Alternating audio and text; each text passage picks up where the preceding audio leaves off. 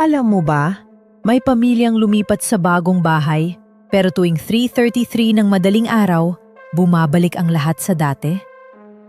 Nung isang araw, lumipat ang pamilya de Guzman sa isang mura pero lumang bahay sa Cavite. Si Carla, ang panganay, ang unang nakapansin ng kakaiba. Alam mo, parang may humihinga ang dingding, sabi niya sa kapatid niyang si Junjun. Unang gabi, nagpintura sila ng sala ng kulay bughaw. Pero nang mag-umaga, laking gulat nila. Bumalik sa dati ang kulay. Putik na pula. Baka mali lang tingin natin, sabi ng tatay. Pangalawang gabi, nagbantay si Carla. Tumingin siya sa relo. 3:32 a.m. Tapos bigla, narinig niya ang mga pako sa dingding na tila umuurong. Bumalik sa dati.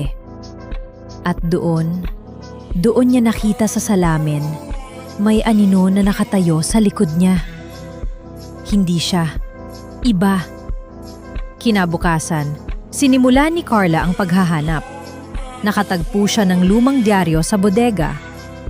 Pamilya Reyes, 5 katao, nasunog 2014. Basa niya. Biglang tumunog ang radyo kahit walang kuryente. Alam mo yung feeling na may nakatingin sa'yo? Ganun ang naramdaman niya. 3:33 a.m. na naman. Nagsimulang umihip ang malamig na hangin mula sa dingding. Sa salamin, hindi na anino.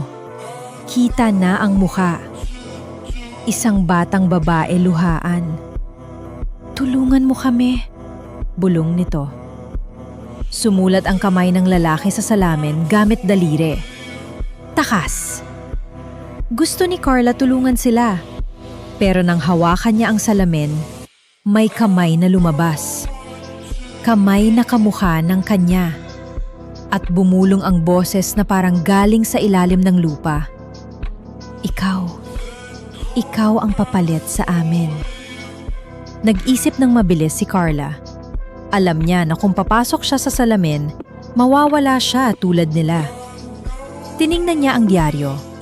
May petsa. Nobyembre 3, 2014, 3:33 a.m. Junjun! Sigaw niya. "Sunugin mo ang dyaryo! Nayan na!" Nagtaka ang kapatid pero sumunod. Habang nadiliyab ang papel, nagsimulang umiiyak ang dingding. Lumabas ang pamilya Reyes mula sa salamin. Hindi na anino, kundi mga tunay na tao. Pero huling sandali na. Hinila ni Junjun si Carla palayo. Sumabog ang salamin. Nang mag-umaga, tahimik na ang bahay. Pero may naiwan. Sa braso ni Carla, may markang sunog. Hugis ng kamay na humila sa kanya. At tuwing 3:33 a.m., naririnig niya pa rin ang bulong. "Salamat, pero may kasunod na babantay."